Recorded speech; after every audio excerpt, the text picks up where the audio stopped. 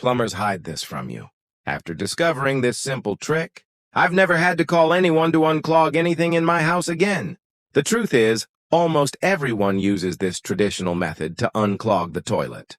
But if the clog is more serious, it simply doesn't work. Other people try pouring boiling water down it, hoping it will solve the problem.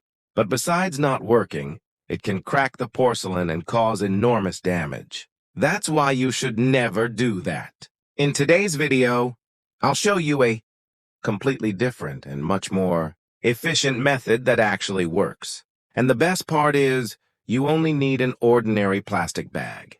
Yes, that's right. First, take some toilet paper and thoroughly dry the entire rim of the toilet. Then clean and dry the toilet seat as well. This is important for a perfect seal. Now wrap the entire toilet with a sturdy plastic bag. Make sure the plastic bag has no holes and pull it as tight as possible so that the entire surface is covered. Then lower the first lid, keeping the plastic completely taut with no loose parts. Repeat the process to ensure it's secure.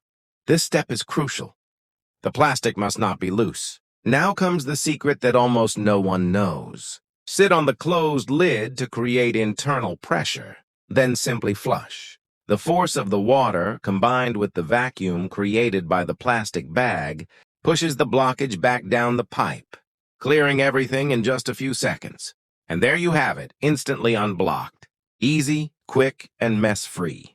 Now that you've learned how to unclog your toilet properly and effortlessly, I'll show you a powerful mixture to prevent future blockages and keep your toilet clean and pleasantly scented. Place the following in a container: 3 tablespoons of laundry detergent powder, 1 tablespoon of salt, and squeeze the juice from 1 lemon. The more acidic the lemon, the better the result. Finally, add a cup of water and mix well until you have a homogeneous solution. Pour it into a spray bottle. If you don't have one, use a bottle with a small hole in the cap. Spray the mixture all over the toilet bowl and then scrub vigorously. This mixture cleans deeply, removes stubborn stains, and prevents bad odors from forming. It's much more effective than many expensive products on the market. And here's an additional detail that makes a big difference. If you repeat this cleaning process twice a week, the mixture will form a kind of protective film that prevents grease, soap scum, and residue from sticking to the porcelain. This makes daily toilet cleaning much easier. Another benefit is that lemon and salt have natural antibacterial properties that eliminate the microorganisms that cause bad odors. This means your bathroom will stay fresh and odor-free for much longer without the need for expensive deodorizers. Many people who have tried this method said that even that yellowish stain on the bottom of the toilet, which seems impossible to remove, began to disappear. You've been cleaning your fan the wrong way your whole life and never noticed. Today, you're going to learn how to clean it in under 1 minute. If you usually scrub to try to clean the fan, you're only wasting time. And the worst part? It still ends up full of marks, trapped dust, and without that like-new look. Now, you're going to see the correct method, extremely fast and efficient, to leave your fan spotless without taking anything apart, without effort, and without risking breaking any parts. To start this powerful tip, pour 300 milliliters of warm water into a container. Yes, it really needs to be warm. You'll understand why in a moment. After that, add 1 tablespoon of toothpaste. I'm using this one here, but any toothpaste you have at home works perfectly. The secret is to stir until the toothpaste dissolves completely. That's why warm water is so important. It helps the mixture become smooth and uniform. Now, add 3 tablespoons of dish soap. The brand, scent, or type is totally up to you. Mix everything very well until it becomes a consistent liquid. To finish, add 3 tablespoons of alcohol vinegar. And pay attention, regular cooking vinegar does not work for this recipe. It must be alcohol vinegar. Mix it again to activate all the ingredients. This solution is perfect for cleaning fans because it removes stuck-on dirt without having to take anything apart, without scrubbing hard, and without making a mess. I'm sure you'll thank me after using this mixture because it makes cleaning so much easier, especially for people who hate taking the fan apart piece by piece. With our mixture ready, transfer it to a spray bottle. That way, it's much easier to apply it between the grills and the blades of the fan. Grab the fan you want to clean. Mine, as you can see, is loaded with dust and really dirty because it was stored away for a long time. Now, spray the mixture generously all over the fan, exactly as I'm doing. You can apply plenty without fear. Do this on the front, the sides, and also the back. After that, completely cover the fan with a large plastic bag and turn it on at the lowest speed. This way, all the loosened dirt stays trapped inside the bag and doesn't spread throughout the entire house. This is, without a doubt, one of the most practical methods to clean your fan without disassembling anything. The combination of ingredients loosens the dust in an impressive way. The warm water softens the dried layer, while the toothpaste and vinegar help break down the accumulated grease. And the dish soap finishes the job by removing everything easily. After a few minutes, just turn it off, remove the bag, and you'll see the result. A clean, shiny fan with zero effort.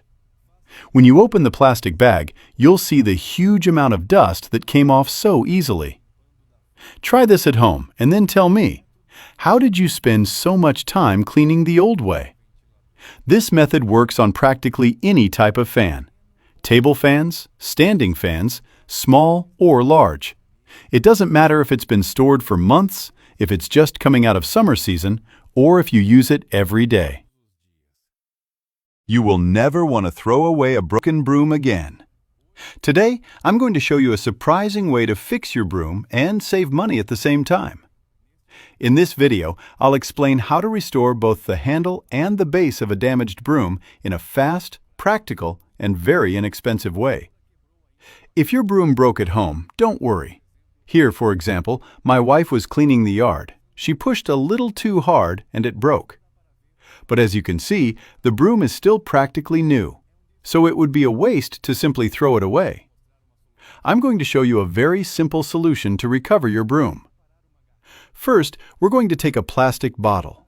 It can be a large one or a smaller one. Any bottle works. Now, using a handsaw or a similar tool, make a cut about 2 centimeters below the cap, just like this. If needed, use scissors to clean up the cut. It should look like this, see? Now let's separate the broom handle. We need to make this part smooth and even. Just cut it with the saw and it will end up like this. It's important to leave everything even so it fits properly later. Now, we're going to use the part of the bottle we cut off.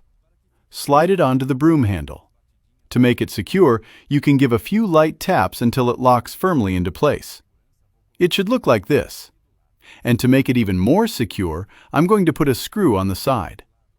I'm using 1 screw, but if you prefer, you can add 2. It's a very quick, safe, and simple process. Done! This part is finished. Now let's grab the broom head. We need to saw off the broken part, since it's no longer useful. Do this carefully to avoid accidents. When finished, it should be clean, flat, and smooth like this. Now, we're going to use the bottle cap. Place it in the center of the broom head. Then, insert a screw right in the middle to secure the cap. If you want, add a second screw. Tighten it with a screwdriver and it's ready. Look how firm and resistant it becomes, even stronger than the original. I'm sure your broom won't break again. Now, just screw the handle onto the broom head, just like closing a bottle. You can use it without fear because it won't loosen or break. I hope this step-by-step guide was helpful for you. Before we continue, tell me, have you ever tried fixing a broom like this, or did you always end up throwing it away? I'd love to hear your experience. And look, besides recovering your broom, this idea is great for people who enjoy reusing things at home. Many people don't realize that a simple plastic bottle can strengthen, protect, and even extend the lifespan of many objects. In fact, this method also works for mop handles, hose, rakes, and other tools that often break due to daily use. Sometimes it's just the handle that's worn out. And with this trick, you can give a second life to something that's still very useful. Another important tip is to always check if the handle is starting to bend or wear down. That way, you can reinforce it before it breaks. This kind of care saves money and makes everyday tasks much easier.